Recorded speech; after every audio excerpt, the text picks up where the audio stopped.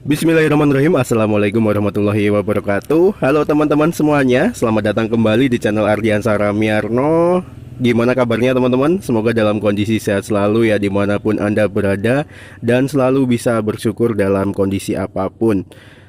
Selamat pagi, siang, sore bagi teman-teman, selamat malam juga dimanapun Anda berada. Pada video kali ini saya ingin berbagi pengalaman selama 9 tahun saya menggunakan mobil Daihatsu Zebra ataupun Espas ya ini. Jadi ini adalah mobil Daihatsu Espas keluaran tahun 1995. Untuk cc-nya sendiri ataupun kapasitas mesinnya 1300 cc, untuk tipe mesinnya S91. Jadi ini 1300 cc teman-teman.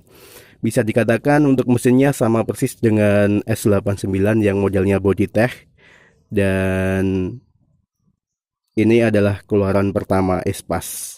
Bisa dikatakan umurnya sampai dengan tahun 2022 ini sudah menginjak 27 tahun.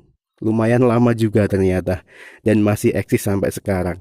Jadi untuk varian Zebra maupun Espas itu ada banyak banget teman-teman, mulai dari S88, S89, S90, S91, S92, terus yang terakhir itu S93, bahkan ada yang sudah injeksi ya.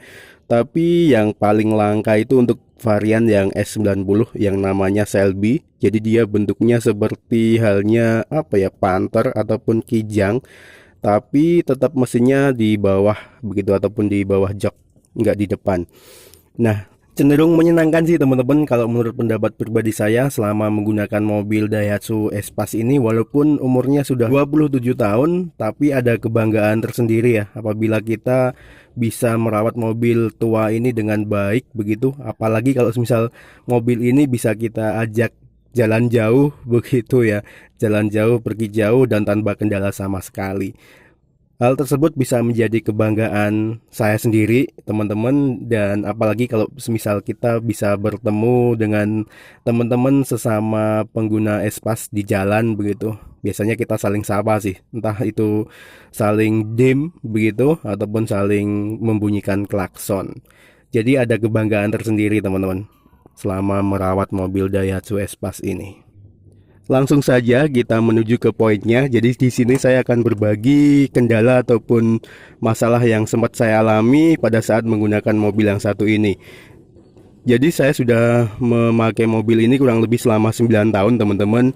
Ya masih baru bisa dikatakan seperti itu, dan masih belajar juga karena setiap masalah yang ada, dari setiap masalah yang ada saya pasti akan selalu belajar ya, dan pasti selalu ada ilmu baru kalau semisal terjadi masalah begitu. Jadi pasti ada hikmah di balik suatu masalah. Nah, apakah saya pernah mengalami yang namanya mogok pada saat menggunakan mobil Daihatsu Espas ini? Yang pasti pernah. Dan apa yang menyebabkan mobil ini mogok? Saya pernah mengalami mogok itu selama menggunakan mobil ini kurang lebih sekitar 2 kali teman-teman. 2 kali ya, yang paling parah sampai mobil nggak mau jalan. Yang pertama, penyebabnya kita buka dulu joknya. Nah, dari sana kita coba lihat. Kita coba pindah ke sebelah kanan. Nah, kita buka dari sini. Jadi yang pertama kali yang menyebabkan mobil saya mogok itu fan belt. Nah, di sini dia, fan belt tiba-tiba putus di tengah jalan. Hal tersebut yang mengakibatkan mobil saya mogok. Dan apakah itu hal yang besar ataupun masalah yang besar? Tentu saja tidak teman-teman. Jadi saya cukup mengganti fan beltnya saja dan akhirnya bisa jalan kembali begitu. Akan tetapi ada cerita menarik di balik fan belt saya putus ini. Jadi pada saat itu malam hari begitu teman-teman, ceritanya saya perjalanan dalam satu kabupaten dan tiba-tiba fan belt ini putus. Untuk indikasinya fan belt saya putus itu pengisian nggak berjalan begitu ataupun aki menyala terus pada saat mobil berjalan ya. Karena itu pada saat perjalanan jadi indikator aki itu nyala, terus yang terakhir indikator suhu temperatur dia naik. Hal tersebut dikarenakan pengisian tidak ada karena fan beltnya putus, terus kipas juga nggak jalan ya. Kipas nggak jalan otomatis mengakibatkan suhu ataupun temperatur di radiator itu meningkat. Jadi saya sempat paksa juga dan menepi mencari tempat yang aman. Dan kebetulan pada saat itu saya dibantu oleh teman satu komunitas pada saat itu, yaitu Om Aang ya, dari komunitas Daihatsu Zebra Club ataupun dari Zebra Gajah Mungkur, yaitu chapter ZEC Kabupaten Wonogiri. Terima kasih banget Om Aang. Dari situ teman-teman saya belajar bagaimana cara mengganti fan belt ya, fan belt ini. Dan di situ Om Aang dengan hati-hati teliti mengganti sendiri. Saya nggak bisa bantuin pada saat itu karena belum bisa, belum bisa ya, belum dapat ilmunya begitu.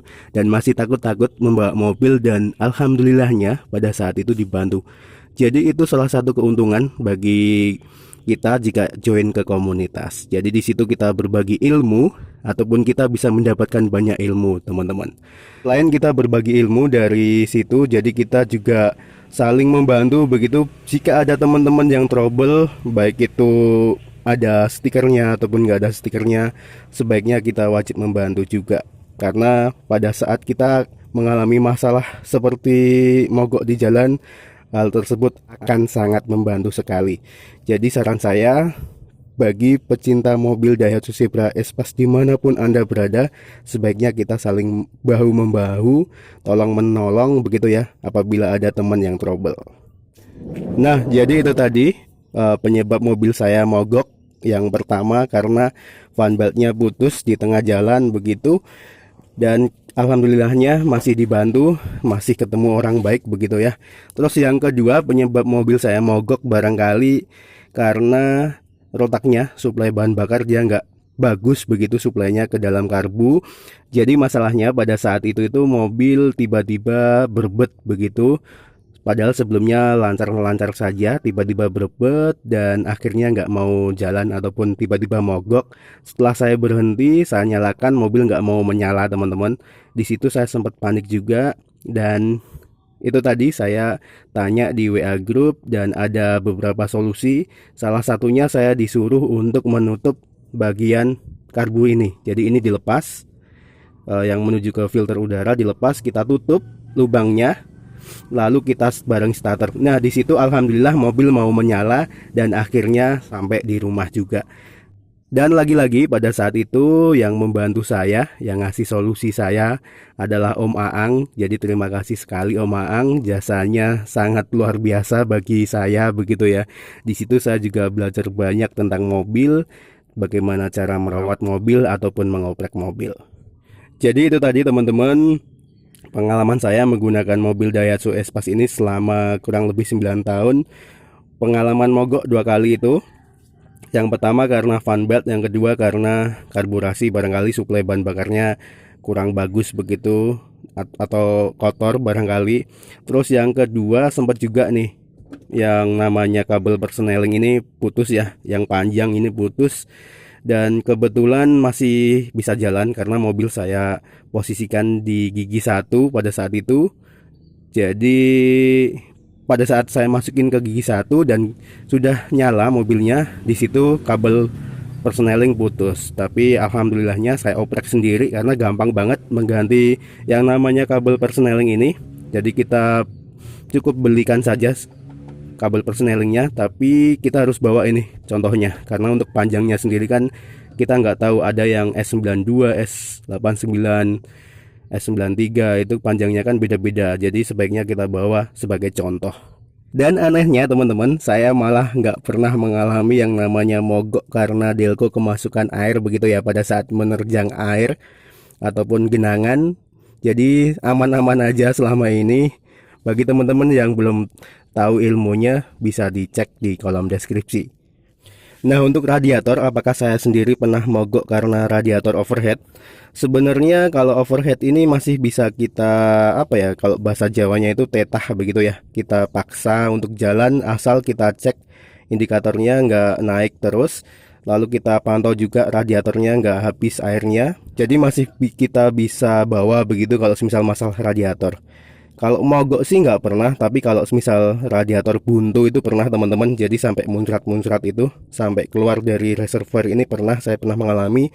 Dan masalahnya itu karena selang bypass T-nya itu dia buntu ya. Jadi masalahnya sepele. Setelah itu saya ganti, sampai saat ini alhamdulillah hampir tidak terjadi yang namanya overheat. Kalau semisal mau overheat begitu, biasanya langsung saya kuras karena masih menggunakan air ledeng. Jadi kendalanya di situ. Kalau semisal menggunakan air keran, seringkali terjadi korosi. Oh ya, yang terakhir teman-teman, sampai kelupaan. Jadi ada 3 ya. Kemarin yang namanya rotak ini dia nggak mau jalan, tiba-tiba mati begitu, nggak empa bahan bakar dari tangki ke karburator. Akhirnya mobil mogok begitu. Tapi setelah saya ketok-ketok begitu, dia nyala sendiri. Akhirnya sampai rumah, dan kebetulan ini sudah saya ganti untuk rotaknya. Itu ya rotaknya, bagi yang belum tahu, dia masih bagus banget. Saya juga bikin videonya kemarin pada saat mengganti rotaknya itu. Jadi paling itu masalahnya, hal-hal sepele sih sebenarnya, dan sudah waktunya diganti karena sudah berumur ya. Nah, jadi itu tadi teman-teman pengalaman saya selama menggunakan mobil yang satu ini. Bisa dikatakan ya aman sih, nggak merepotkan, nggak rewel begitu, nggak menghabiskan banyak uang. Bahkan untuk mesinnya sendiri selama saya menggunakan mobil ini baik-baik saja kondisinya dan nggak pernah rewel, alhamdulillahnya sampai sekarang. Untuk trouble-trouble yang saya alami pun masalah sepele ya, jadi saya bisa handle sendiri saat ini. Pada zaman dulu pasti juga bingung sih, bingung gimana caranya ataupun bagaimana solusinya pada saat terjadi masalah. Jadi itu tadi pentingnya kita join komunitas teman-teman. Di situ bisa mengambil banyak ilmu ataupun pelajaran. Jadi sampai di sini dulu teman-teman untuk video singkat saya kali ini. Semoga tetap bermanfaat. Jika ada kurangnya nanti teman-teman bisa tambah di kolom komentar. Dan jangan lupa untuk memberikan like ataupun tekan jempol ke atas bagi yang menyukai video ini. Jangan lupa juga untuk subscribe bagi yang belum dan aktifkan notifikasi loncengnya agar teman-teman dapat update info terbaru dari channel ini. Terima kasih sudah menonton videonya sampai akhir teman-teman, dan nantikan terus video saya selanjutnya. Wassalamualaikum warahmatullahi wabarakatuh.